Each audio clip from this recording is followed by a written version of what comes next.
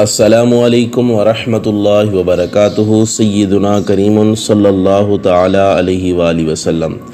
آسان تفسیر القرآن۔ آج ہم سورہ بقرہ کی آیت نمبر 74 انشاءاللہ لفظی اور با محاورہ ترجمے سے پڑھیں گے۔ آئیں آج کا سبق شروع کرتے ہیں۔ اعوذ باللہ من الشیطان الرجیم،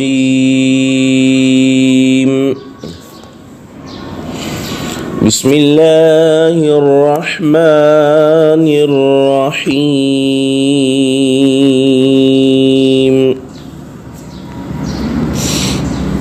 ثم قست قلوبكم من بعد ذلك فهي كالحجارة أو أشد قسوة وإن من الحجارة لما يتفجر منه الأنهار وإن منها لما يشقق فيخرج منه الماء وإن منها لما يهبط من خشية الله وما الله بغافل عما تعملون۔ پھر سخت ہو گئے تمہارے دل یہ منظر دیکھنے کے بعد بھی، وہ تو پتھر کی طرح سخت ہیں بلکہ اس سے بھی زیادہ سخت، کیونکہ کئی پتھر ایسے بھی ہیں جن سے بہہ نکلتی ہیں نہریں، اور کئی ایسے بھی ہیں جو پھٹتے ہیں تو ان سے پانی نکلنے لگتا ہے، اور کئی ایسے بھی ہیں جو گر پڑتے ہیں خوف الہی سے، اور اللہ بے خبر نہیں ہے ان کرتوتوں سے جو تم کرتے ہو۔ لفظی ترجمہ دیکھ لیں۔ ثم پھر قست سخت ہو گئے، قلوبکم تمہارے دل، من بعدی اس کے بعد، ذالک اس کے، من بعدی بعد، فہیا پس وہ کل حجارتی پتھر کی طرح، او بلکہ، اشد اس سے بھی زیادہ، قسوہ سخت ہو گئے ہیں، وَإِنَّ اور بے شک، من الحجارتی پتھروں میں سے، لما جو یتفجر بہہ نکلتی ہیں، منہ ان سے، الانہار نہریں، وَإِنَّ اور بے شک، منہا ان میں سے، لما جو یشقق پھٹتے ہیں، فیخرج تو نکلنے لگتا ہے، منہ اس سے، الماء پانی، وَإِنَّ اور بے شک، منہا ان سے، لما یہبط جو گر پڑتے ہیں، من خشیت اللہ اللہ کے خوف سے، وَمَا اللَّهُ اور نہیں ہے اللہ، بغافل بے خبر، عما اس سے جو تعملون تم کرتے رہتے ہو یا جو تم کرتے ہو۔ سورہ بقرہ آیت نمبر 74 کا لفظی اور با محاورہ ترجمہ آپ نے سماعت فرمایا۔ اب اس کی تفسیر کی طرف چلتے ہیں۔ تو سب سے پہلے اس آیت کا پچھلی آیت سے کیا تعلق ہے وہ جانتے ہیں۔ اس آیت کا پچھلی آیتوں سے چند طرح سے تعلق ہے۔ پہلا تعلق گزشتہ واقعات سے معلوم ہوا کہ بنی اسرائیل پہلے کبھی گناہ کرتے تھے، کبھی توبہ، کبھی عہد شکنی اور کبھی پیغمبر کی اطاعت کرتے تھے، اور کبھی ان کی مخالفت، جس سے معلوم ہوتا تھا کہ ان کے دلوں میں قدر نرمی اور نصیحت قبول کرنے کی کچھ قابلیت تھی۔ اب بتایا جا رہا ہے کہ ان واقعات کے بعد ان کے دلوں کی رہی سہی نرمی بھی جاتی رہی ہے، وہ پتھر سے بھی زیادہ سخت ہو گئے ہیں۔ اور دوسرا تعلق، اس سے پہلے اسرائیلیوں پر پے در پے مصیبتوں اور بلاؤں کے آنے کا ذکر تھا، جس سے خیال تھا کہ شاید ان کے دل بہت نرم ہو گئے ہوں گے، کیونکہ مصیبتیں دلوں کو نرم کر دیتی ہیں۔ اب اس خیال کو دفع کیا جا رہا ہے کہ نہیں، ان کے دل تو ان واقعات سے اور بھی زیادہ سخت ہو گئے ہیں۔ اب اس کی تفسیر کی طرف چلتے ہیں۔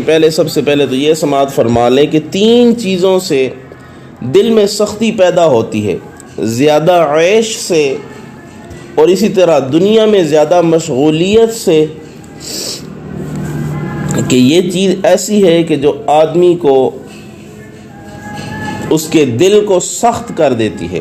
اس لیے اللہ تعالیٰ نے دن رات میں بار بار نمازیں رکھیں تاکہ دنیا میں مشغولیت زیادہ نہ رہے، اور اللہ تعالیٰ کی عداوت، اللہ تعالیٰ کے ولیوں کی عداوت سے یہ تین چیزیں ایسی ہیں جو دل کو سخت کر دیتی ہیں. اب اس کی تفسیر کی طرف چلتے ہیں. یہودیوں کی سنگدلی اور تحریف کتاب اور حق کو چھپانا. یہاں بتایا جا رہا ہے اے یہود، تم پر اللہ نے اس قدر انعامات فرمائے تاکہ تم اس کی اطاعت کرو، مگر تمہارے دل پتھروں سے بھی زیادہ سخت ہو گئے ہیں، کیونکہ تم نبی آخر الزمان محمد مصطفیٰ صلی اللہ تعالیٰ علیہ وآلہ وسلم کی صداقت سے خوب واقف ہو کر بھی ان پر ایمان لانے کے بجائے ان کے خلاف سازشیں کرنے اور مسلمانوں کو ہر نقصان پہنچانے کے در پہ ہو. حالانکہ پتھروں میں بھی اللہ کا خوف ہوتا ہے. بعض پتھروں سے نہریں یعنی چشمے ابل پڑتے ہیں، بعض پتھروں میں سوراخ ہو جاتے ہیں اور ان سے پانی نکلنے لگتا ہے، یعنی چشمہ تو نہیں ابلتا مگر کچھ پانی نکلنے لگتا ہے. اور بعض پتھر اللہ کے خوف سے صرف گر پڑتے ہیں، البتہ ان سے پانی نہیں نکلتا. مگر اے یہود، تمہارے دلوں میں بھی کچھ خوف خدا نہیں ہے. تم انبیاء کی صداقت سے واقف ہونے کے باوجود انہیں قتل کرتے رہتے ہو، اور تمہیں انہیں جو ہے بڑا برا جانتے ہو، تو اس میں تم سے بڑا سنگ دل کون ہو سکتا ہے. اور دوسری چیز اس میں یہ پتہ چلی کہ پتھروں کا خوف خدا سے گر جانا کسی شعور کی بنیاد پر ہی ہو سکتا ہے، تاہم یہ شعور اس قدر نہیں کہ انہیں مکلف کیا جائے، کیونکہ پتھروں میں بھی حرکت و ارادہ نہیں، اور ان کے اسی شعور کی بنیاد پر وہ اللہ کی تسبیح کہتے ہیں. اللہ فرماتا ہے وَإِن مِّن شَيْءٍ إِلَّا يُسَبِّحُ بِحَمْدِهِ وَلَكِن لَّا تَفْقَهُونَ تَسْبِيحَهُمْ. کوئی ایسی چیز نہیں جو اللہ کی حمد اور تسبیح کے ساتھ اس کا ذکر نہ کہتی ہو، مگر تم ان کی تسبیح کو سمجھ نہیں سکتے. اگر سائنس کے کان پتھروں کی تسبیح نہ سن سکیں تو یہ سائنس کا قصور تو ہو سکتا ہے، لیکن آج سائنس کے کمال سے ٹیپ ریکارڈر کا فیتا بول رہا ہے. لکڑی اور پلاسٹک کا بنا ہوا یا اسی طرح جو ہے وہ ریڈیو وغیرہ یا ٹی وی وغیرہ یا موبائل کے اندر جو ہے یہ باتیں کرتا ہے، اور یہ ساری چیزیں ہو رہی ہیں، اور سارا جہان کی خبریں جو ہے وہ لوگوں کو سناتا ہے. لیکن پتھر اللہ کے حکم سے تسبیح پھر کیوں نہیں کر سکتا؟ سائنس ذرا یہ سوچے تو یہ سے سمجھ آ جائے. اب ایک اور چیز ہے کہ یہود سے خیر کی توقع نہیں رکھی جا سکتی. قرآن کے بقول ان کے دل پتھروں سے سخت ہیں، لہٰذا ان سے کسی بھی ظلم کی توقع ہے. آج جس طرح وہ اہل فلسطین اور لبنان پر ظلم ڈال رہے ہیں، ان سے یہی توقع ہے، اور ان کی یہی سنگدلی اور خونریزی اور شرانگیزی انہیں بار بار عذاب الہی کا شکار کرتی ہے. جلد یا بدیر وہ پھر عذاب الہی کی زد میں آنے والے ہیں. دیکھنا آپ لوگ. اب خشیت الہی کی فضیلت بھی ذرا سماعت فرما لیں. جب پتھروں میں خوف خدا ہے اور ان سے پانی بے پڑتا ہے تو انسان کا دل تو گوشت کا لوتھڑا ہے، اسے جلدی نرم ہونا اور خوف خدا سے کانپنا اور اس کی آنکھوں سے آنسوؤں کا بہنا چاہیے. حدیث میں اللہ تعالیٰ کے خوف سے رونے والا شخص جہنم میں نہیں جا سکتا تاکہ دودھ تھن میں واپس چلا جائے. تو جس طرح دودھ تھن سے نکل کر واپس نہیں جاتا، تو اسی طرح رونے والا شخص، خوف خدا میں رونے والا شخص کبھی جہنم میں نہیں جائے گا. یاد رہے، پتھروں کا خوف خدا یہ ہے کہ اللہ انہیں کہیں جہنم میں نہ ڈال دے، اور وہ جہنم میں عذاب لینے کے لیے نہیں، عذاب دینے کے لیے جائیں گے. اللہ نے فرمایا وَقُودُهَا النَّاسُ وَالْحِجَارَةُ، جہنم کا ایندھن انسان اور پتھر ہیں. اور ایک جگہ فرمایا انکم وما تعبدون من دون اللہ حسب جہنم، تم اور جہنم پتھروں کو تو پوجتے ہو، وہ جہنم کا ایندھن ہے. پتھروں کے شعور اور ان میں پائی جانے والی محبت خدا اور رسول کا حال یہ ہے کہ جس پتھر میں حضرت ابراہیم علیہ السلام کے قدم اتر گئے کیونکہ وہ آپ کی محبت میں نرم ہو گیا، موم ہو گیا تھا، تو اللہ تعالیٰ نے اس پتھر کے پاس نماز پڑھنے کا حکم دیا۔ اللہ فرماتا ہے وَاتَّخِذُوا مِن مَّقَامِ إِبْرَاهِيمَ مُصَلًّى، مقام ابراہیم کے پاس جائیں اور نماز پڑھیں۔ حضور علیہ السلام احد پہاڑ پر کھڑے ہوئے تو وہ آپ کی محبت میں وجد میں آ گیا، کانپنے لگا، حتیٰ کہ آپ نے اسے ٹھوکر لگا کر فرمایا اے احد ٹھہر جا، تجھ پر اللہ کا نبی، ایک صدیق یعنی ابو بکر صدیق اور 2 شہید یعنی عمر و عثمان رضی اللہ تعالی عنہم کھڑے ہیں۔ معلوم ہوا پتھروں میں بھی شعور ہوتا ہے، اور یہاں پہ بتایا جا رہا ہے اے بنی اسرائیل پتھروں میں تو شعور موجود ہے، لیکن تم لوگوں میں اتنا شعور نہیں ہے کہ اللہ کے آخری نبی کو پہچان سکو، اس کے آخری کتاب کو مان سکو۔ تمہارے اندر یہ شعور کیوں نہیں ہے؟ اور پھر ایک اور چیز، دلوں اور پتھروں کی 4 قسمیں ہیں۔ یہاں پتھروں کی 4 اقسام جو ہے وہ بیان کی گئی ہیں، جن سے نہریں بہہ نکلتی ہیں، جن سے پانی نکل آتا ہے، جو خوف خدا سے گر پڑتے ہیں اور جن میں کچھ تبدیلی نہیں آتی۔ تو دلوں کی بھی یہی 4 اقسام ہیں۔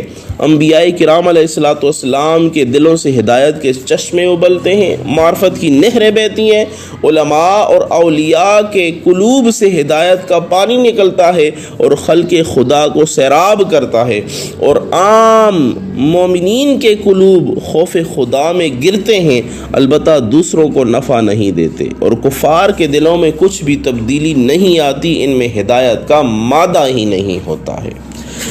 اب اس پوری تفسیر سے ہمیں چند فوائد حاصل ہوئے۔ پہلا فائدہ یہ ہے کہ پتھروں میں احساس اور شعور ہے، اگرچہ ہم کو محسوس نہیں ہوتا، اسی لیے تو اللہ کے قرآن نے فرمایا ہے کہ ہر چیز جو ہے وہ اللہ کا ذکر کرتی ہے، لیکن اس کا ذکر کرنا، اس کی تسبیح کرنا تم نہیں سمجھ سکتے۔ اب دیکھ لیں کہ حضور علیہ السلام کے فراق میں وہ ممبر، وہ لکڑی روئی جس کو صحابہ کرام نے بھی سنا تھا، اور اس کے علاوہ بکری جس کے گوشت جس کو زہر دیا گیا تھا، اور حضور علیہ السلام کے سامنے جب وہ گوشت لایا گیا تو وہ بول پڑا۔ تو اس سے یہ پتہ چلتا ہے کہ بے جان چیزوں میں بھی شعور ہوتا ہے، لیکن ہمیں سمجھ نہیں آتی۔ اس کے بعد دوسرا فائدہ اس سے یہ حاصل ہوا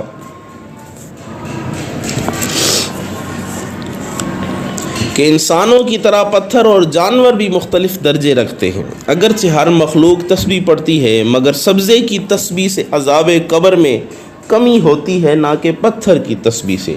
جیسے کہ مسلمان کا قرآن پڑھنا باعث ثواب ہے، نہ کہ کافر کا۔ تیسرا فائدہ یہ ہے مسلمانوں کی طرح کفار کے بھی مختلف درجے ہوتے ہیں، اس لیے جہنم کے درجے مختلف ہیں۔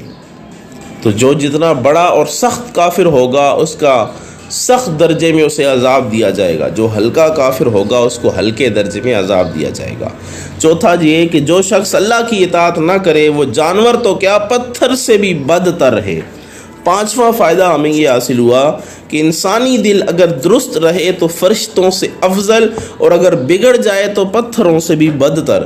اسی واسطے جو ہے وہ یہ کہتے ہیں کہ زبان اگر درست ہے تو زبان ہے، اور اگر زیادہ چلے تو یہ زیاں یعنی نقصان، اور اگر ٹیڑھی ہو جائے تو زبان یعنی فساد بنا دیتی ہے۔ اور اسی طرح پیر کرم شاہ صاحب رحمۃ اللہ تعالی علیہ تفسیر ضیاء القرآن میں اسی آیت کے تحت ارشاد فرماتے ہیں انسان جب سنورتا ہے تو فرشتوں کا قبلہ بن جاتا ہے، اور جب بگڑتا ہے تو بے سمجھی اور سنگ دلی میں پتھروں کو بھی مات کر دیتا ہے، کیونکہ پتھر تو خدا کے خوف سے لرزتے بھی ہیں اور اپنے حال کے مطابق اس کی حمد و ثنا بھی کرتے رہتے ہیں، اور یہ مورخ اپنے رب سے غافل و نافرمانی کے میدان میں ہوا اور ہوس کے گھوڑے سرپٹ دوڑاتا چلا جاتا ہے، اور اسے شعور بھی نہیں حاصل ہوتا۔ اس کے بعد چھٹا فائدہ یہ ہے کہ دل کی نرمی اللہ کی بڑی نعمت ہے جو تمام نعمتوں کے حصول کا ذریعہ ہے۔ زمین کو ہل سے نرم کر کے بیج بوتے ہیں، پانی سے نرم کر کے جو ہے وہ برتن بنائے جاتے ہیں مٹی سے، جس سے وہ محبوب کے پینے کے لائق ہوتا ہے، ایسے ہی انسانی دل اگر نرم ہو تو اس میں ایمان اور عرفان کے باغ لگتے ہیں اور محبوب کے دل میں جو ہے وہ ہدایت کے چشمے اگنا شروع ہو جاتے ہیں۔ 7واں فائدہ یہ حاصل ہوا، جیسے مٹی لوہے وغیرہ کو نرم کرنے کی مختلف صورتیں ہیں، کبھی حل کو، کبھی پانی اور کبھی آگ سے نرم ہوتے ہیں، یوں ہی نرمی دل کبھی جو ہے وہ مصیبتوں سے اور کبھی بزرگوں کی صحبت سے اور کبھی ان کی نگاہ سے نصیب ہوتی ہے۔ اور بنی اسرائیل کو یہ چاروں چیزیں دی گئیں مگر نرمی دل نصیب نہ ہوا۔ نرمی یہ دل تب نصیب ہوتا ہے جب رب کا فضل شامل حال ہو۔ اللہ سے دعا ہے اللہ تعالی ہمارے دلوں کو نرم فرمائے، آمین برحمتک یا ارحم الراحمین۔